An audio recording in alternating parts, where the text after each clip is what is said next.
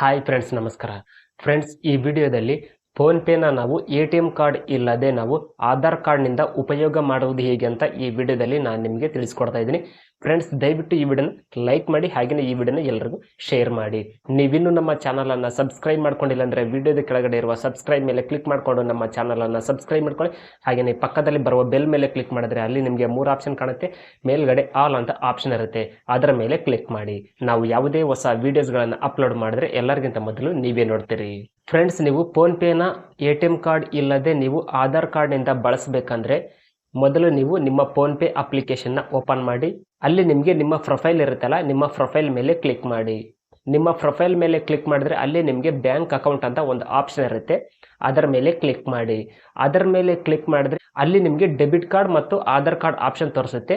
ಅಲ್ಲಿ ನೀವು ಆಧಾರ್ ಕಾರ್ಡ್ ಅನ್ನೋ ಆಪ್ಷನ್ ಅನ್ನು ಸೆಲೆಕ್ಟ್ ಮಾಡ್ಕೊಳ್ಳಿ.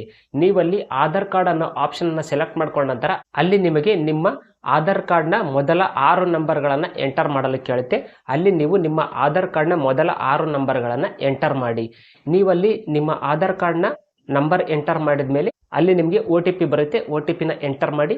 OTPನ ಎಂಟರ್ ಮಾಡಿದ ಮೇಲೆ ಅಲ್ಲಿ ನಿಮಗೆ UPI ಪಿನ್ನ ಸೆಟ್ ಮಾಡ್ಕೊಳ್ಳಿಕ್ಕೆ ಕೇಳುತ್ತೆ. UPI ಪಿನ್ನ ಸೆಟ್ ಮಾಡ್ಕೊಳ್ಳಿ. ನೀವಲ್ಲಿ UPI ಪಿನ್ನ ಸೆಟ್ ಮಾಡ್ಕೊಂಡ ತಕ್ಷಣ ನಿಮ್ಮ ಫೋನ್ ಪೇ ಅಕೌಂಟ್ ನಿಮ್ಮ ಆಧಾರ್ ಕಾರ್ಡ್ನಿಂದ ಕ್ರಿಯೇಟ್ ಆಗುತ್ತೆ. ಈ ರೀತಿಯಾಗಿ ನೀವು ತುಂಬಾನೇ ಸುಲಭವಾಗಿ ಎ.ಟಿ.ಎಂ ಕಾರ್ಡ್ ಇಲ್ಲದೆ ಯಾವುದೇ ಬ್ಯಾಂಕ್ ಆಗಿರಲಿ ನೀವು ಆಧಾರ್ ಕಾರ್ಡ್ನ ಉಪಯೋಗ ಮಾಡಿಕೊಂಡು ನೀವು ಫೋನ್ ಪೇ ಅಕೌಂಟನ್ನು ನೀವು ಬಳಸಬಹುದು.